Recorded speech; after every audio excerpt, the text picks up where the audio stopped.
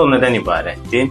Ümumiyyətlə, bilirik ki, ədəbiyyatın həyatla bağlılığı, ədəbiyyatın insana təsiri, ədəbiyyatın, yəni həmçinin insanın hissləri ilə, duyğularına təsiri məsələsini nəzərə alaraqdan bir həyatla bağlılığını görürük və bunun üçün də nə etdik? Biz ədəbiyyatımızı daha da şagirdlərimizə sevdirmək üçün, daha maraqlı hala gətirmək üçün şagirdlərimizlə müxtəlif tanınmış şəxslərlə, filosoflarla, yazıçılarla, şairlərlə tanış edirik və bu da onlar üçün fərqli bir situasiya, fərqli bir hal yaratmış olur bu hal onlarda.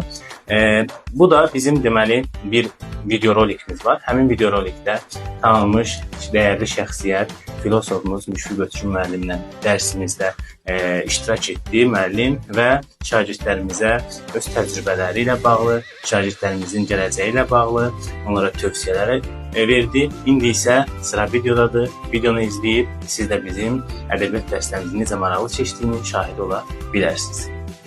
Adamın ömrünü isitməyə gücü çatmır. İndi bir çox adamlar mənasız yaşamağa alışıblar. Sadəcə yaşayırlar. Yemək, içmək, yeni əşyalar almaq. Amma inanın ki, bu cür yaşayan insanlar çox balaca insanlardılar. Və yetər ki, bir böyük insanlarla təmasa gələsiz, o zaman görürsünüz ki, nə qədər şey itirmişsiniz də. Ona görə böyük insanlar həyatlarını böyük məna ilə uyğunluğa gətirirlər. Və görürlər, həyat necə bir mənaya gəldi, necə bir anlam kəsb eləməyə başladı. Siz təsəvvürləyin ki, bu üzük var da, qızlar məsələn xoşlayarlar, üzüyün ortasına qaş qoyurlar. O niyə elə gözəl olur? Ona görə ki, üzüyün ortasına o qiymətli, rəngli daş qoyurlar, o da gözəl görsənir.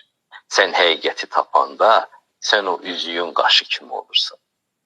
Sən bütün həyatın sənin mənan ətrafında fırlanırmış kimi, sən düşürsən mərkəzə. Sən o üzüyün qaşı kimi varlığın mərkəzində olursan.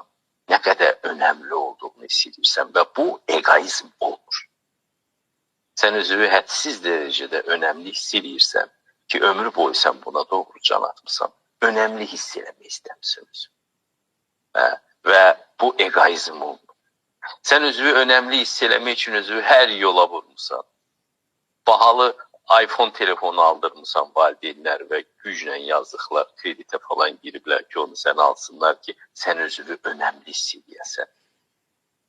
Sən rəfiqələrin sayını artırmısan, nə bilim, dostlarının sayını artırmısan, zənginləşmirsən, onlara qonaqlıq ver, buna qonaqlıq ver ki, bu adamlar sənin ətrafında fırlansınlar və sənin önəmli olduğu sənə anlatsınlar.